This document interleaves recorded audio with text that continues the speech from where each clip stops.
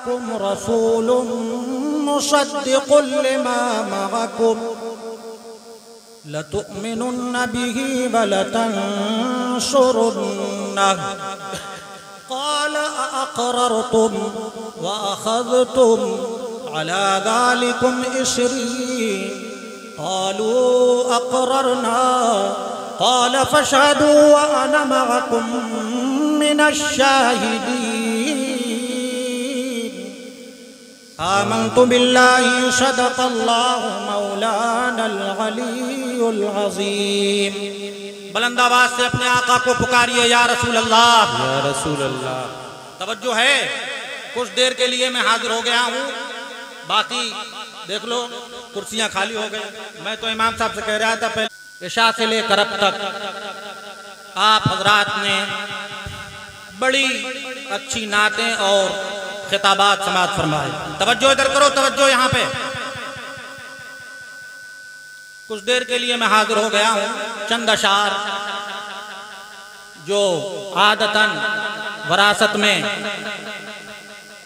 امام المناظرین مناظر اہل سنت حضرت علامہ قاری صغیر احمد جوکھن پوری سے جو وراثت میں ہمارے خاندان کو نعت پڑھنا ملا ہے، حضرات اس کی یاد تازہ کرتے ہوئے چند اشعار استاد زمن علامہ حسن رضا خان رحمت اللہ تعالی علیہ کے پیش کرتا ہوں، سماعت فرمائیں. بلند آواز سے بولیے سبحان اللہ. سبحان اللہ. ادھر کو آ جاؤ چاہتے ہیں. نہ کیوں آرائشیں کرتا، یہ جو آرائش سجاوٹ جو ہم کرتے ہیں، ہمارے کرنے سے پہلے اللہ تعالیٰ نے سجاوٹ کی تھی. نہ کیوں آرائشیں کرتا خدا دنیا کے سامان میں، نہ کیوں آرائشیں کرتا،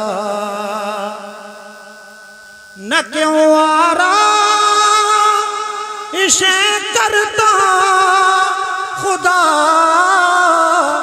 دنیا کے سامان میں، تمہیں دولہا بنا کر، تمہیں دولہا بنا کر بھیجنا تھا بزم امکان میں.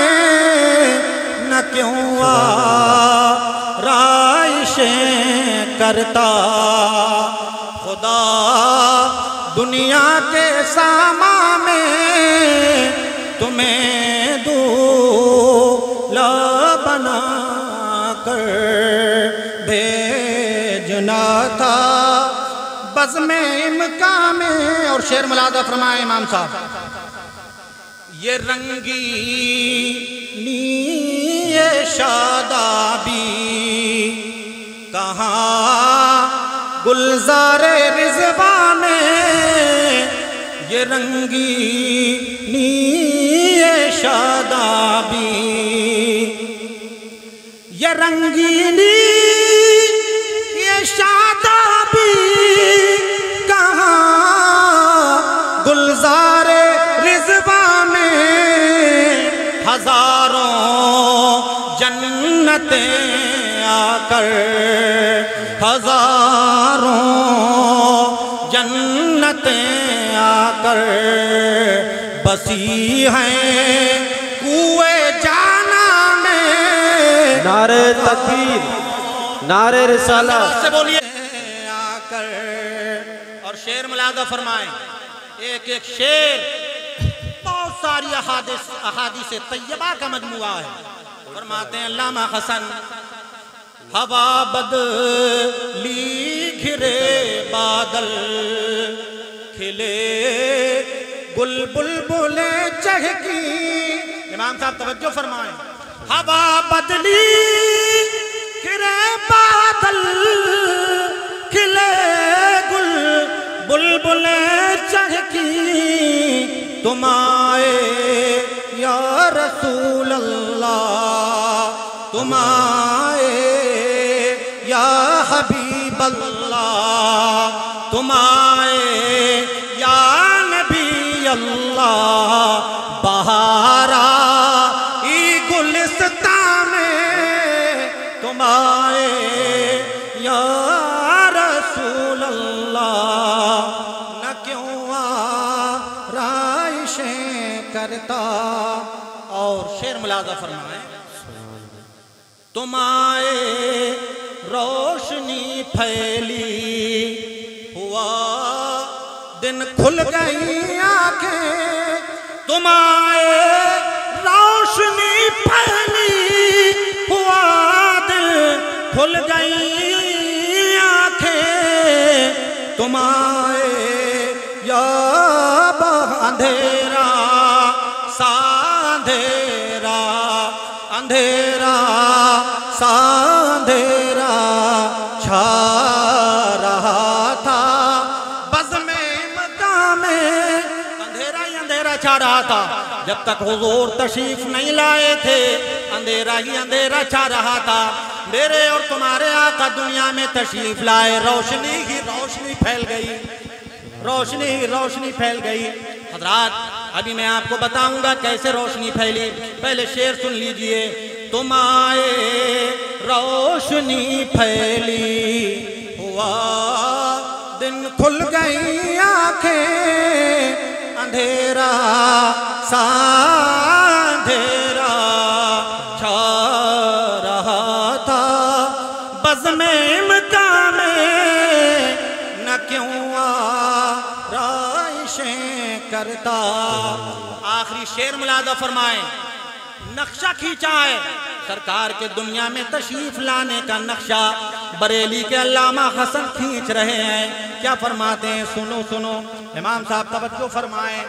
عجب انداز سے محبوب حق نے جلوہ فرمایا، عجب انداز سے محبوب حق نے جلوہ فرمایا، سرور آنکھوں میں آیا، سرور آنکھوں میں آیا، جان دل میں نور ایمان میں، سرور آنکھوں میں آیا، جان دل میں نور ایمان۔ نعرہ تکبیر، نعرہ رسالت۔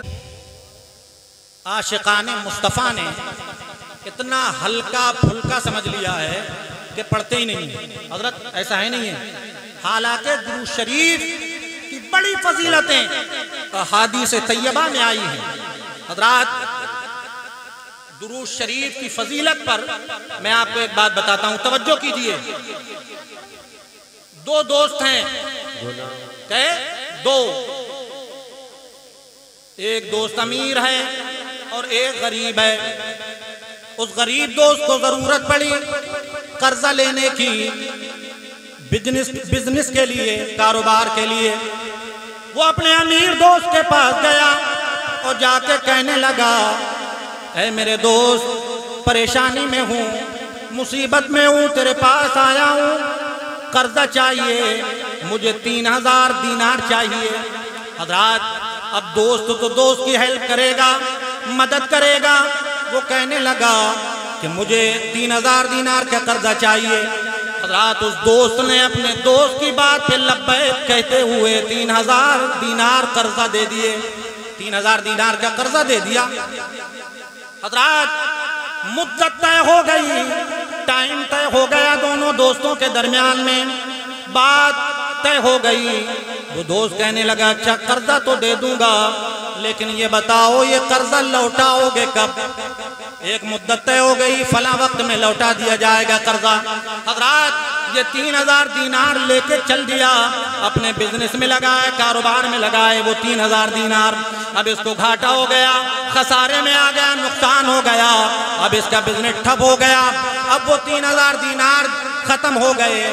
اب حضرات ایک دن گزر گیا، 2 دن گزر گئے، 3 دن گزر گئے، وقت گزرتا گیا، ساعتیں گزرتی چلے گئیں اور وقت گھنٹوں میں بدلا، منٹوں میں بدلا، منٹ گھنٹوں میں بدلے، گھنٹے دنوں میں بدلے، دن مہینوں میں بدلے۔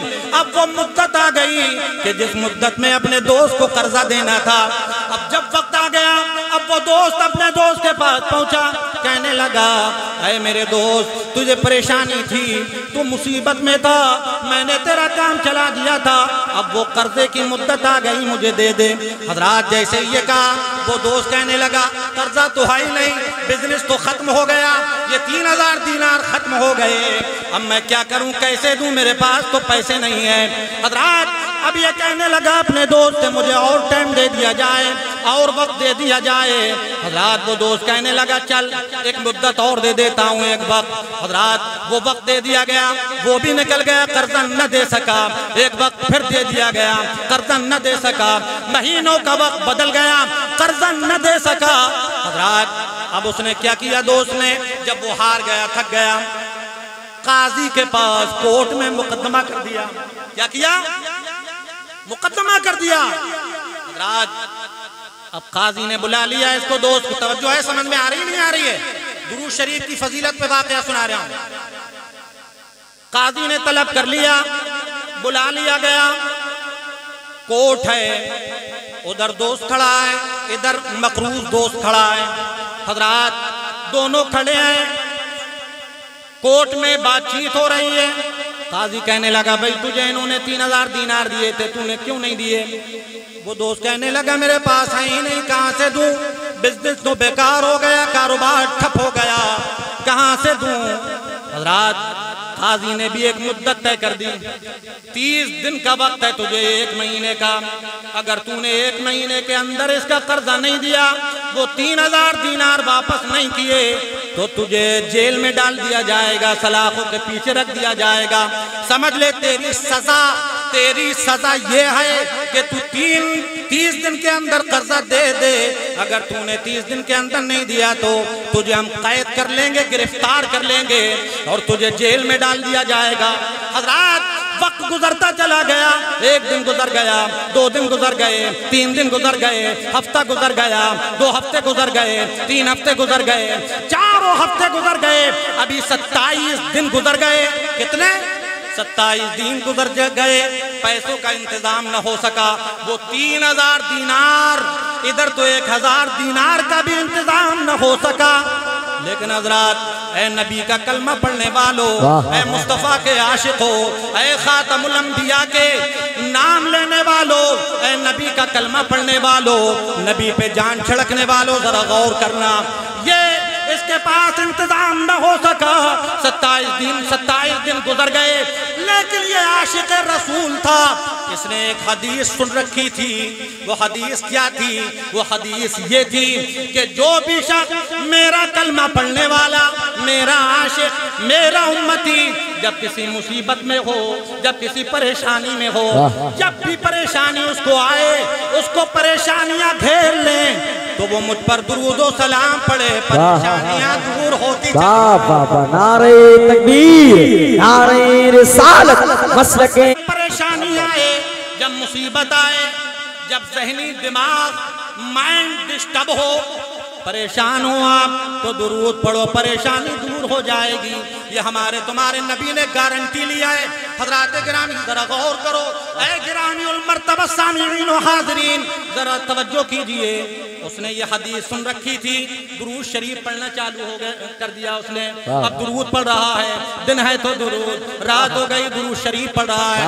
حضرات گرامی وہ سوچ رہا ہے پیسوں کا تو انتظام نہ کر سکوں گا، درود پڑھوں گا، ہو سکتا ہے مشکل ٹل جائے، اور ہو سکتا کیا ہے، نبی کا جو عاشق ہوتا ہے اس کا ایمان کامل ہوتا ہے، وہ مکمل ایمان رکھتا ہے، اس کا ایمان کامل یہ بتا رہا تھا کہ درود شریف پڑھتا چلا جا، یہ تیری پریشانی دور ہوتی چلی جائے گی۔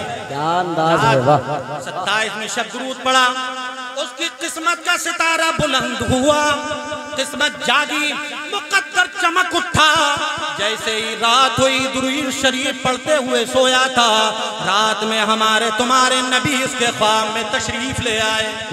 ارے بولو زندہ دل ہو کر بولو سبحان اللہ۔ سبحان اللہ، سبحان خواب میں حضور تشریف لائے۔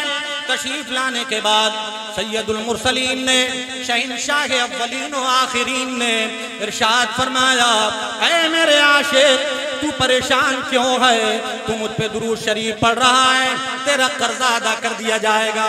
درود شریف پڑھتا رہے، قرضہ ادا ہو جائے گا۔ حضرات رات گزر گئی، صبح اٹھا، غسل کیا۔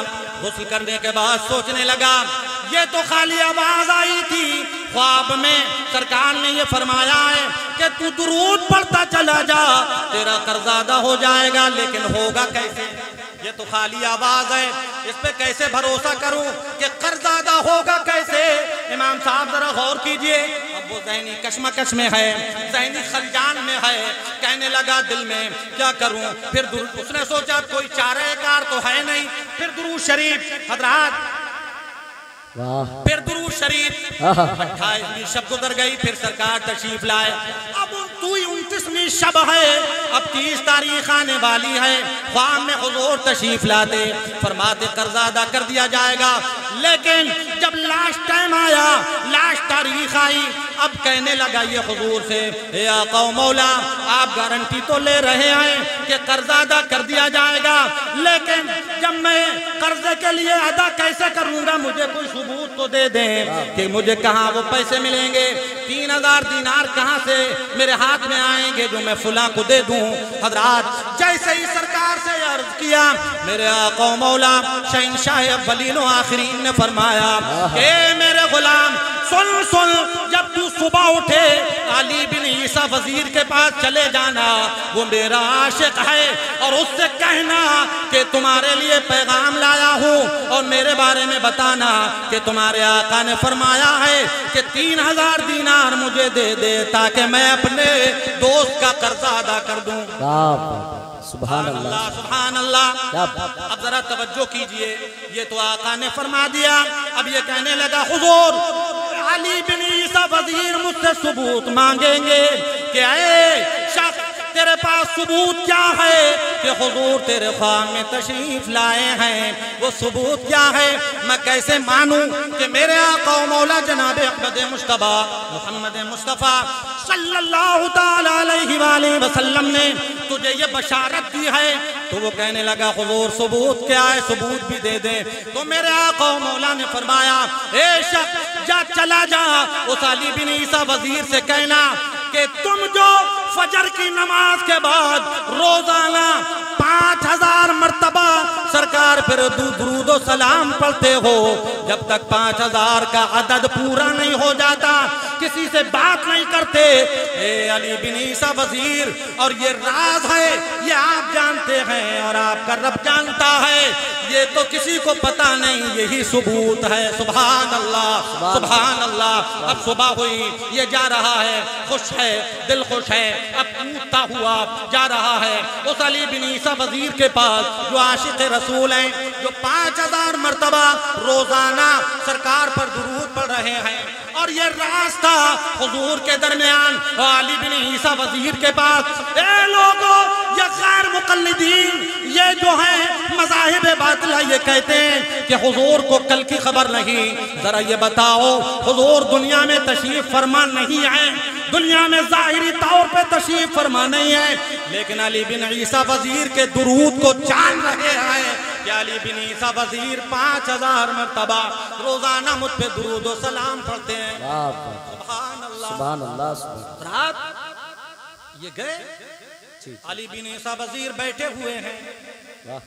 علی بن عیسیٰ وزیر نہیں کہہ رہے ہیں کچھ، علی بن عیسیٰ وزیر بیٹھے ہوئے ہیں۔ جیسے یہ شخص پہنچا، اے مسلمانوں تڑپ جاؤ، دیکھو عاشق رسول کیسے ہوتے ہیں۔ علی بن عیسیٰ وزیر بیٹھے ہوئے ہیں، آپ کے دوست بیٹھے ہیں، آپ کے احباب بیٹھے ہیں، اور عزیز و اقارب بیٹھے ہیں۔ علی بن عیسیٰ وزیر کے پاس یہ شخص جا کے کہتا السلام علیکم ورحمۃ اللہ وبرکاتہ۔ جیسے ہی سلام کیا، انہوں نے جواب دیا وعلیکم السلام، جواب ہو گیا ورحمۃ اللہ وبرکاتہ۔ کیسے آئے ہو؟ کہنے لگے اے علی بن عیسیٰ وزیر، ایک پیغام لے کے آیا ہوں۔ کیا پیغام ہے؟ کیا پیغام یہ ہے کہ میرے خواب میں حضور تشریف لائے تھے اور مجھے یہ بشارت دی ہے کہ علی بن عیسیٰ وزیر کے پاس چلے جاؤ اور جا کے ان سے 3000 دینار لے لو۔ علی بن عیسیٰ وزیر میرا عاشق ہے، میرا غلام ہے، میرا کلمہ پڑھنے والا ہے، جیسے ہی یہ سنے گا تمہیں 3000 دینار فوراً دے دے گا۔ سبحان اللہ سبحان اللہ۔ اب علی بن عیسیٰ وزیر نے کہا تمہارے پاس ثبوت کیا ہے کہ حضور تمہارے خواب میں تشریف لائے تھے؟ حضرات ثبوت دو۔ وہ شخص کہنے لگا ثبوت یہ ہے کہ علی بن عیسیٰ وزیر تم ہر روز فجر کے بعد 5000 مرتبہ آقا و مولا پہ درود و سلام پڑھتے ہو اور یہ راز تم نے کسی کو نہیں بتایا ہے، تمہیں معلوم ہے اور اللہ کو معلوم ہے اور مصطفیٰ کو معلوم ہے، یہی ثبوت ہے۔ کہنے لگا بالکل ٹھیک ہے۔ اب وہ کرسی سے کھڑے ہو گئے، علی بن عیسیٰ وزیر ہاتھوں کو چوم رہے ہیں، پیشانی کو چوم رہے ہیں اور ہاتھوں کو چوم رہے ہیں اور چوم کے کہہ رہے ہیں بتاؤ کیا چاہتے ہو؟ کہنے لگے 3000 دینار چاہیے۔ علی بن عیسیٰ وزیر کمرے میں گئے، 3000 دینار لا کے ہاتھوں کو چوم کر دے رہے ہیں۔ اے شخص نے یہ 3000 دینار یہ تو اس بات کے ہیں کہ میں فوراً اپنے آقا کے حکم پہ عمل کرنے کے لیے 3000 دینار دے رہا ہوں، یہ لو۔ لے لیے، پھر اندر گئے، 3000 دینار لائے، کہا یہ 3000 دینار اس بات کے ہیں کہ تم آئے ایسی خوشخبری سنائی کہ میرا دل باغ ہو گیا، یہ 3000 دینار یہ لو، 6000 ہو گئے۔ پھر وہ علی بن عیسیٰ وزیر اپنے چیمبر کے اندر گئے اور جانے کے بعد 3000 دینار لائے اور لانے کے بعد کہا لو اے شخص یہ 3000 دینار اس بات کے ہیں کہ تم نے یہ مجھے بشارت دے دی کہ میرے آقا نے میرے درود و سلام کو قبول کر لیا۔ سبحان اللہ سبحان اللہ۔ واہ حضرات توجہ ہے، قبول کر لیا ہے۔ 9000 دینار ہو گئے، 9000 دینار کہاں 3000 دینار نہیں ہو رہے تھے۔ درود و سلام کی برکتیں یہ ہیں۔ اب وہ کوٹ میں بھی جانا ہے، وہ بیٹھا ہوا ہے دوست، اور قاضی سوچ رہا ہے، دوست بھی سوچ رہا ہے آئے گا کہے گا جیل میں ڈال دو، پیسے تو آئے نہیں۔ حضرات کوٹ سجی ہوئی ہے، وزیر بھی ہیں، مشیر بھی ہیں، وکیل بھی ہیں، سب ہیں وہاں موجود۔ جیسے یہ پہنچے کہا کیا ہوا، پیسے ملے یا نہیں ملے، دینار لائے یا نہیں لائے؟ اس نے مسکرا کے کہا لو یہ 3000 دینار۔ دوست چونک گیا، حیرت و استجاب میں ڈوب کے کہنے لگا ارے تمہارا تو کاروبار ٹھپ تھا، بزنس فیل تھا، یہ کہاں سے لے آئے، کہاں سے انتظام ہو گیا، کہاں سے لے آئے؟ تو وہ انہوں نے واقعہ بتایا، ایسا ایسا ہوا۔ جب یہ واقعہ پورا بتایا تو اب وہ قاضی وہ بھی عاشق رسول تھا اور جو شخص جس کا قرضہ تھا وہ بھی عاشق رسول تھا۔ قاضی فوراً اٹھ کے اندر گیا، 3000 دینار لا کے کہنے لگا لو یہ میری طرف سے 3000 دینار لو۔ سبحان اللہ، ہر طرف دینار مل رہے ہیں۔ یہ درود و سلام کی برکتیں ہیں کہ اللہ کے رسول کا کرم دیکھو۔ آج لوگ کہتے ہیں کہ حضور کچھ نہیں دے سکتے، دیکھو کیسے مدد کر رہے ہیں اپنے عاشق کی۔ اب 12000 دینار ہو گئے، 12000 دینار امام صاحب۔ اب جس کا قرضہ تھا وہ کیسے پیچھے رہ جاتا؟ کہا تم نے تو ایسی خوشخبری سنائی ہے، میں تمہیں وہ 3000 دینار معاف کرتا ہوں، تم یہ 12000 دینار رکھ لو۔ سبحان اللہ، یہ برکتیں ہیں حضور پر درود پڑھنے کی۔ دروشی پڑھیے، کچھ دیر اور آپ کی خدمت کروں گا، بلند آواز سے پڑھیے۔ اللہم صلی علی سیدنا و مولانا محمد وبارک وسلم صلاۃ و سلام علیک یا سیدی یا رسول اللہ۔ ختم کر دوں؟ نہیں کروں تو چاچے ایک نعرہ لگا دیں۔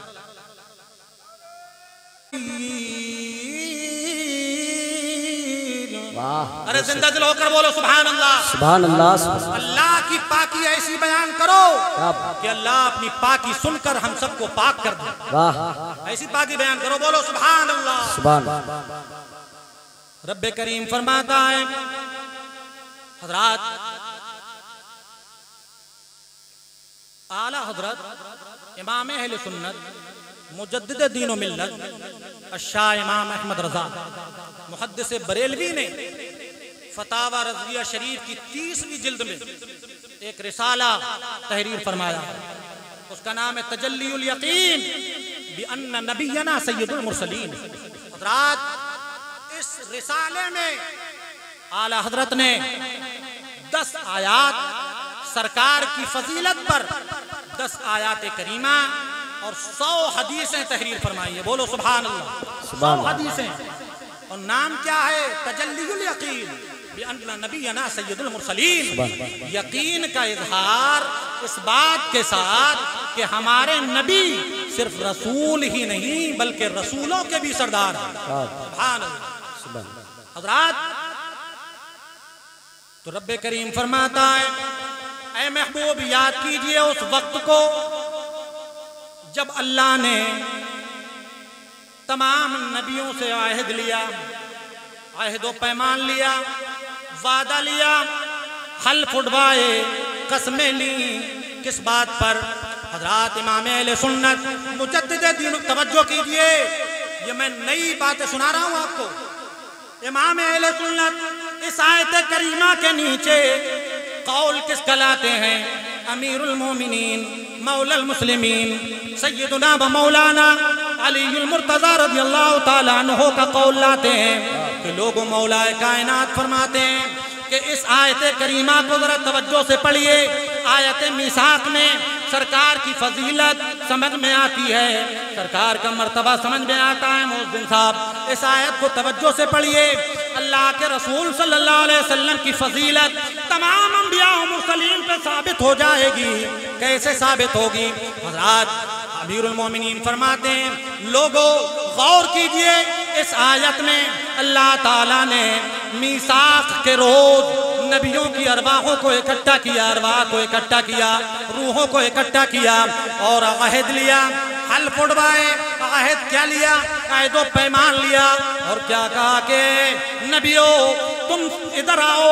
اب اکٹھا کرنے کے بعد نبیوں کی روحوں کو اکٹھا کیا، جمع کیا، اور کہا کہ نبیوں میں تم سے وعدہ لیتا ہوں، تم وعدہ کرو۔ کیا وعدہ کرو؟ حضرات امیر المومنین مولا المسلمین فرماتے ہیں سارے نبیوں کی روحیں وہاں اکٹھا تھیں۔ اللہ تبارک و تعالی نے ان سے وعدہ کیا لیا؟ وعدہ یہ تھا اے آدم آپ بھی قسم اٹھائیں، اے شیش آپ بھی قسم اٹھائیے، اے ابراہیم آپ بھی قسم اٹھائیے، اے نوح آپ بھی قسم اٹھائیے، اے یعقوب و اسحاق آپ بھی قسم اٹھائیے، اے یوسف و یونس آپ بھی قسم اٹھائیے، اے یحییٰ و زکریا آپ بھی قسم اٹھائیے، اے داؤد و سلیمان آپ بھی قسم اٹھائیے۔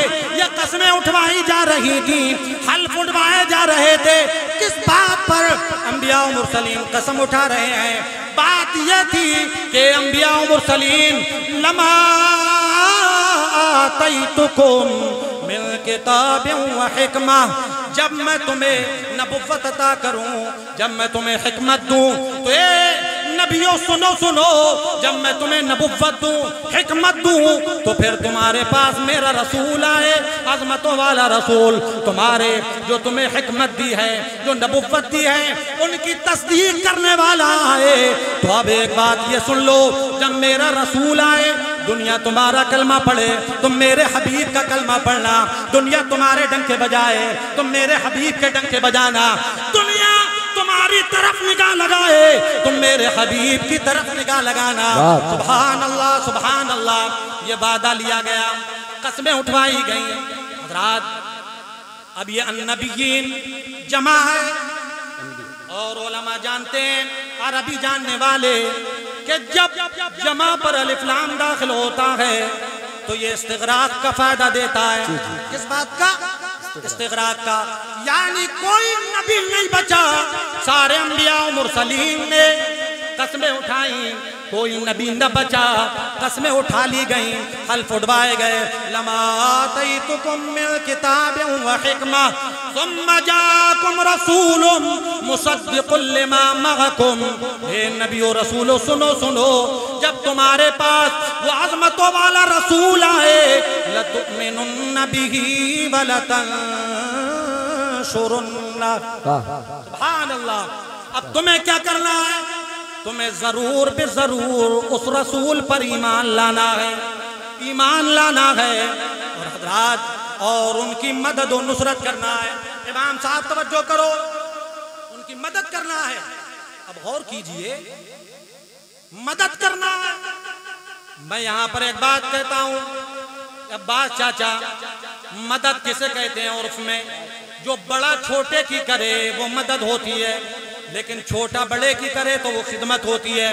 آمنہ کا لال تمام انبیاء و مرسلین میں مرتبے میں اور سب اس میں بڑے ہیں، تو حضرات یہ یہاں پر جو فرمایا وَلَتَنْصُرُنَّهُ، تو یہ مدد نہیں ہوئی۔ مطلب یہ ہے یہاں پر امام جلال الدین سیوطی جنہوں نے 70 سے زائد مرتبہ سرکار کا دیدار کیا، وہ فرماتے ہیں یہاں مطلب یہ ہے کہ ان پر ایمان بھی لانا اور ان کے خدمت گزار بھی بن جانا۔ سبحان اللہ، سبحان اللہ، سبحان اللہ۔ حضرات یہ فضیلت ہے، یہ تو سرکار کی فضیلت، لیکن تمہاری اور میری حضور کی امت کی کیا فضیلت ہے؟ سنو، غور کرو۔ اللہ کے رسول فرماتے ہیں، حضرت جابر بن عبداللہ انصاری سے روایت ہے کہ سرکار نے فرمایا لوگو کنتم اذا نزل ابن مریم، اے میرے نبی، اے میرا کلمہ پڑھنے والو، اے میرے عاشقو، سنو سنو، جب تم میں عیسیٰ ابن مریم آئیں گے تو تمہارے احوال کیا ہوں گے، تمہارے حالات کیا ہوں گے، تمہارا وقت کیسا ہوگا؟ کون آئیں گے؟ ابن مریم، عیسیٰ ابن مریم۔ یہ مریم کون ہے؟ وہ ماں کہ اللہ تعالیٰ نے حضرت مریم کو مرد کے لمس سے بھی محفوظ فرمایا، مرد کے نطفے سے بھی محفوظ فرمایا۔ وہ ماں کہ جن کو مرد کے نطفے سے بھی محفوظ فرمایا، حیض و نفاس کی بیماری سے بھی محفوظ فرمایا، ایام مخصوصہ سے بھی محفوظ فرمایا۔ وہ ماں اور بیٹا بغیر باپ کے دیا عطا فرمایا، بیٹا وہ جو ماں کی گود میں بول رہا ہو، بیٹا وہ جو ٹھوکر مارے مردے زندہ ہو جائیں، بیٹا وہ جو مٹھی میں مٹی کو لے پرندے بنا دے اڑ جائیں، بیٹا وہ جو مادرزاد اندھوں کو شفا دینے والا، بیٹا وہ جو برس کے مریضوں کو شفا دینے والا۔ جب یہ عیسیٰ ابن مریم یہ مرتبہ رکھتے ہیں کہ مردوں کو زندہ ٹھوکروں سے کرتے ہیں، برس کے مریضوں پہ ہاتھ پھیر دیں تو وہ برس کا مریض ٹھیک ہو جاتا ہے۔ عیسیٰ ابن مریم اتنی شان والے جب دنیا میں تشریف لائیں گے تو اللہ کے رسول اپنے صحابہ سے فرما رہے ہیں تمہارے احوال کیا ہوں گے، تمہارا مرتبہ کیا ہوگا؟ جب عیسیٰ ابن مریم آئیں گے دمشق میں مسجد میں امام مصلی پہ کھڑا ہوگا، حضرت عیسیٰ ابن مریم آئیں گے، وہ مصلی پہ کھڑا ہے امام، جیسے ہی پتہ لگے گا نبی آ گئے، عیسیٰ روح اللہ آ گئے، کلیمت اللہ آ گئے، حضرت عیسیٰ کو اپنی طرف آتا دیکھے گا امام فوراً پیچھے ہٹے گا مصلی سے۔ حضرات غور کیجئے، آج جو لوگ کہتے ہیں کہ امام صاحب پیچھے ہٹ گئے، امام صاحب پیچھے ہٹ گئے، حضرت آئے امام صاحب پیچھے ہٹ گئے، غور کیجئے، میں آپ کو بتا رہا ہوں کہ امام صاحب مصلی پہ سے ہٹ گئے، غلط ہے۔ علم والا نماز پڑھانے کے لیے جتنا زیادہ علم ہوگا اتنی اس کی فضیلت ہوگی، ہوگی نہیں ہوگی امام صاحب؟ حضرات جو آج اعتراض کرتے ہیں کہ امام صاحب پیچھے ہٹ جاتے ہیں، مصلی پہ سے نہیں ہٹنا چاہیے، جو کوئی عیسیٰ روح اللہ آ رہے ہیں، کلمت اللہ آ رہے ہیں، یہ سچی ماں کا سچا بیٹا، پاکیزہ ماں کا پاکیزہ لال، ستری ماں کا سترا بیٹا، عیسیٰ ابن مریم ماں کی گود میں بولنے والے اور اپنی ٹھوکر سے مردوں سے مردہ زندہ کر دینے والے جب آ رہے ہیں، امام مصلی پہ کھڑا ہے، مصلی کے پیچھے نہیں، مصلی پہ روایت میں آتا ہے حضور فرماتے ہیں اب امام نے جیسے ہی دیکھا کلمت اللہ آ رہے ہیں، روح اللہ آ رہے ہیں، عیسیٰ ابن مریم آ رہے ہیں، سچی ماں کا سچا بیٹا آ رہا ہے، پاکیزہ ماں کا پاکیزہ لال آ رہا ہے، حضرات امام پیچھے ہٹ رہے ہیں، ہٹنے کے بعد کہہ رہے ہیں اے عیسیٰ ابن مریم تعال فصلی علینا، اے عیسیٰ ابن مریم میں پیچھے ہٹ جاتا ہوں، آپ ہمیں نماز پڑھائیے۔ حضرات اب ذرا غور کیجئے، اپنے مرتبے کو دیکھیے، اے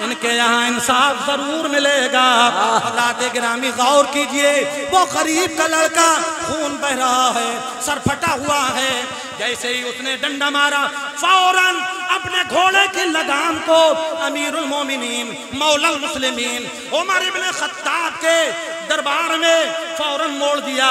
گھوڑا حضرت عمر ابن خطاب کے پاس لے کے پہنچا، وہاں پہ دربار لگا ہوا ہے امیر المومنین کا، مولا المسلمین کا، عمر ابن خطاب کا دربار ہے، غلام بیٹھے ہیں اور وہاں پر مریدین بیٹھے ہیں، معتقدین بیٹھے ہیں، وہاں پر غلام بیٹھے ہوئے ہیں، وزیر بیٹھے ہیں، مشیر بیٹھے ہیں۔ جا کے غریب کے لڑکے نے کہا اے امیر المومنین میری بات سنی جائے۔ کہا کیا ہوا؟ کہا حضور میں ایک غریب آدمی ہوں۔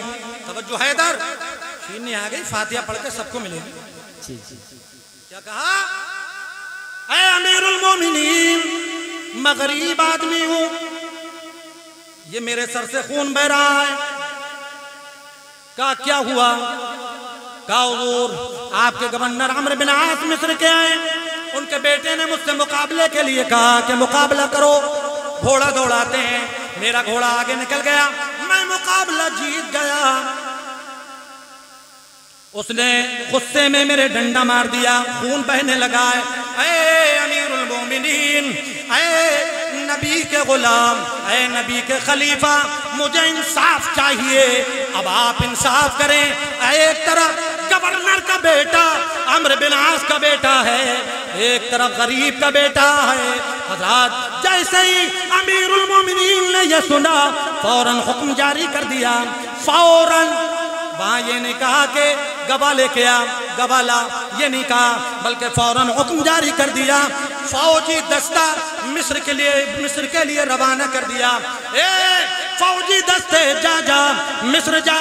اور حضرات جب یہ واقعہ پیش آیا تھا تو یہ غریب کا لڑکا تو امیر المومنین کے پاس آیا تھا، لیکن جو گورنر کا بیٹا تھا اس نے سوچا کہ یہ تو امیر المومنین کے پاس جا رہا ہے، میں اپنے باپ کے پاس جا کر کوئی حل نکالوں گا، کوئی بہانہ تلاش کروں گا۔ وہ اپنے بیٹے کے پاس چلا گیا تھا۔ جیسے ہی فوجی دستے سے امیر المومنین نے فرمایا جا اور مصر چلے جاؤ، پہلے عمرو بن عاص گورنر کے ہتھکڑی پہنانا، بعد میں اس کے بیٹے کے ہتھکڑی پہنانا۔ کیا انصاف ہے سبحان۔ یہ انصاف تھا۔ فوجی دستہ پہنچ گیا، عمرو بن عاص بیٹھے ہیں، گورنر ہتھکڑی دکھا دی۔ عمرو بن عاص چونک گئے، یہ ہتھکڑی کیسی؟ یہ کیسی ہتھکڑی ہیں؟ کیوں لائے ہو؟ میں تو گورنر ہوں۔ کہا یہ امیر المومنین کا حکم ہے کہ عمرو بن عاص کو پہلے ہتھکڑی پہنائی جائیں، بعد میں ان کے بیٹے کو ہتھکڑی پہنائی جائیں۔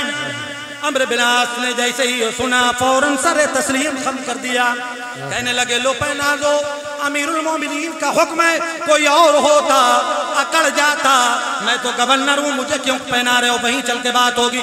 لیکن نہیں، یہ امیر المومنین کا حکم پاتے ہی فوراً ہاتھ پیش کر دیے، ہتھکڑی پہنا دی، بیٹے کو بھی ہتھکڑی پہنا دی، لائے جا رہے ہیں۔ کہاں؟ مدینہ شریف امیر المومنین کے پاس لائے گئے۔ عمرو بن عاص حضرات کھڑے ہیں، دونوں باپ بیٹے، غریب بھی کھڑا ہے۔ حضرت امیر المومنین نے دیکھا، اے عمرو بن عاص، کیا اسی لیے ہم نے تمہیں مصر کا گورنر بنایا تھا کہ تم اپنے بیٹے سے غریب کے ڈنڈا پلواؤ؟ حضرات توجہ ہے یا نہیں ہے؟ ہاتھ اٹھا کے بتاؤ کتنے لوگوں کی توجہ ہے؟ کہا اسی لیے گورنر بنایا تھا کہ تم اپنے بیٹے سے غریبوں کو پٹواؤ۔ کہنے لگے حضور اس میں میری کیا غلطی ہے؟ میری کیا غلطی ہے سرکار؟ امیر المومنین میرا کیا جرم ہے؟ جرم تو بیٹے کا ہے، اسے ہتھکڑی پہنائی جائیں۔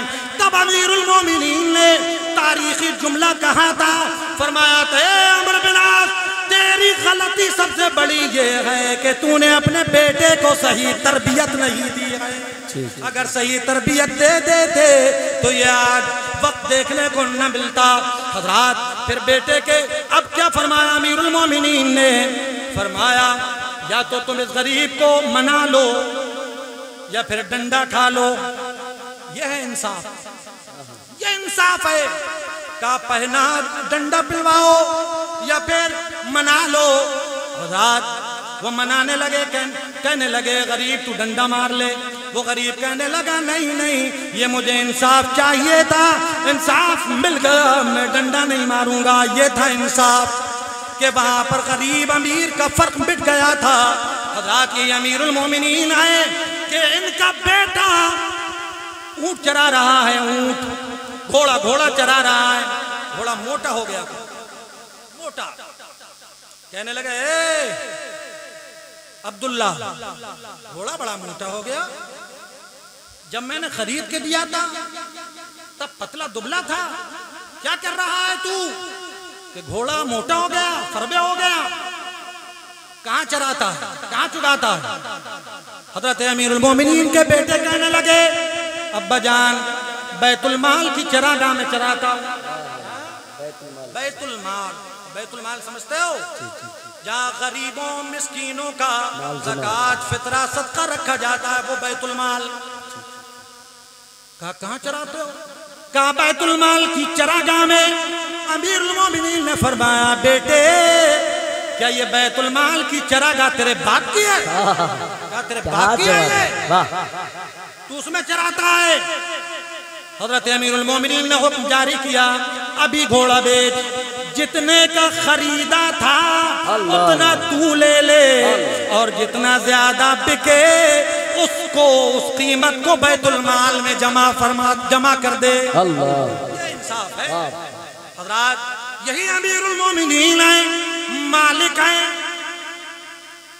کتنے بڑے بادشاہ کہ پوری عیسائیت اور یہودیت عمر ابن خطاب کے نام سے کپا رہی تھی, لرز رہی تھی کہ کون عمر ہے, کون عمر ابن خطاب.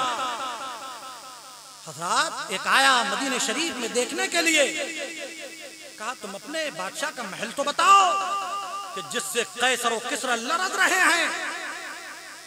تو اس میں کسی نے کہا ہمارے بادشاہ کا محل نہیں ہے, جاؤ دیکھو وہ کسی پیڑ کے نیچے آرام کر رہے ہیں. یہ ہیں امیر المومنین. حضرات بیمار ہو گئے, طبیبوں کو دکھایا, ڈاکٹروں کو دکھایا, کوئی دوا کارگر نہیں, کوئی دوا کامیاب نہیں. طبیبوں حکیموں نے کہا بادشاہ امیر المومنین ایک دوا ہے شہد, آپ اس کا انتظام کر دیں, آپ ٹھیک ہو جائیں گے. حضرات کا شہد تلاش کیا جائے. حکیم کہنے لگے حضور بیت المال میں شہد موجود ہے, وہاں سے لے لیں بقدر ضرورت. آپ لے لیں گے, دوا میں ضرورت ہے, وہاں سے لے لیجئے, آپ ٹھیک ہو جائیں گے. امیر المومنین نے کہا اے حکیموں طبیبوں سنو سنو, وہ جو شہد ہے وہ عمر کے باپ کا نہیں ہے, وہ تو غریبوں کا ہے, مسکینوں کا ہے. حکیموں نے کہا حضور مشورہ یہ جمع کر لیا جائے, انہیں بلا لیا جائے, ان سے اجازت لے کر لے لیں. کہا یہ مشورہ ٹھیک ہے. بلایا گیا. امیر المومنین ہیں, اگر حکم دے دیتے تو شاید فوراً آ جاتا, استعمال کر لیتے, ٹھیک ہو جاتے, لیکن نہیں. بلایا گیا, ایک میٹنگ بٹھا رہے ہیں ذرا سے شہد کے لیے. میٹنگ بلا کے کہنے لگے مجھے شہد کی ضرورت ہے, اگر تم اجازت دو تو عمر اس کو لے لے. کہنے لگے حضور ہماری اجازت ہے, شہد لے لو اور استعمال کر لو. یہ ہیں عمر ابن خطاب. یہ امیر المومنین مولا المسلمین حضرت عمر ابن خطاب.